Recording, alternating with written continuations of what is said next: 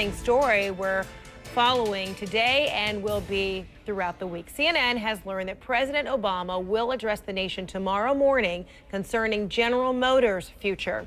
He's expected to explain the rationale behind a GM bankruptcy filing and why it may be the best route for a turnaround. Also expected details from GM on some 20,000 job cuts and the closure of about a dozen plants by the end of next year. And this, according to a source close to the GM deal. Investors who own a majority of $27 billion in GM bonds have agreed to not fight plans for a quick bankruptcy. All right, with more now on what a GM bankruptcy actually means for all of us, automotive analyst Lauren Fix. She's joining us from Buffalo, New York. All right, good to see you.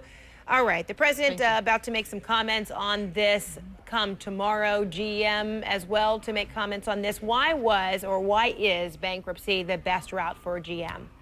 Well, to me, it seems like the final nail in the coffin. I'm very concerned when you're looking at the UAW running over 20% of this company and 72% by our government. There's a lot of things that have not been answered and probably won't get answered tomorrow. Okay, explain to us then on the surface, what is this bankruptcy to look like? Well, it looks like what's going to happen is we're going to be brought down to 4 different brands. It's going to be Chevrolet for General Motors, Buick, and then, of course, we're going to have Chevrolet and GMC.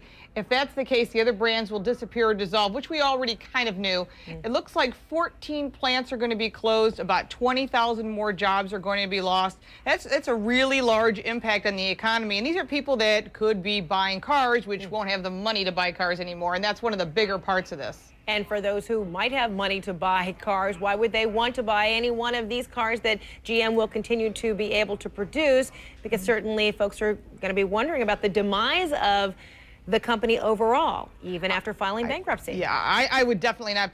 Personally, I wouldn't purchase a car that the government has anything involved in the design, the development, the marketing, or anything to do with it, because you've got the UAW who's trying to produce a lower cost car, and you've got General Motors, the rest of this company, which is the government, or government motors as we're kind of calling it jokingly, is going to be telling us who's designing, you know, who's going to be marketing, who's going to be promoting these cars. And it's very scary for consumers because typically, do you know that for sure that is what comes with this government involvement, that there's going to be actual, that kind of hands-on involvement in terms of how to design these cars, what's the future of these cars? It's not strictly economic? Well, let's put it this way. If you own 70% of your own company, you'd want to have some say in what goes on so you can get your money back. But what we don't know for a fact is any of those type of facts. We do know what's going to happen is they're going to put pressure on them to produce more fuel-efficient cars. The Chevy Volt, which we've been promised, the Chevy Cruze that they're going to be bringing in. Some of these vehicles consumers may not want. Depends where you live in this country and what your needs are. This country has always been what Durant did when he developed General Motors. He took the horse and buggy and he moved along to produce great cars. And a lot of these people who have always been fans of the Camaro and the Corvette and some of the great products that they produce today, like the Equinox and some of the other cars, the Buick line, are going to be very disappointed if we suddenly have to be forced to buy cars that are produced in China, that are produced maybe what we don't want. I don't know if there's ever a product that's been produced by the government that I'd want to buy. Wow. And so what's the impact if I do have a GM car right now? What does this mean for me? What does this mean for repairing my car? What does it mean for my warranty?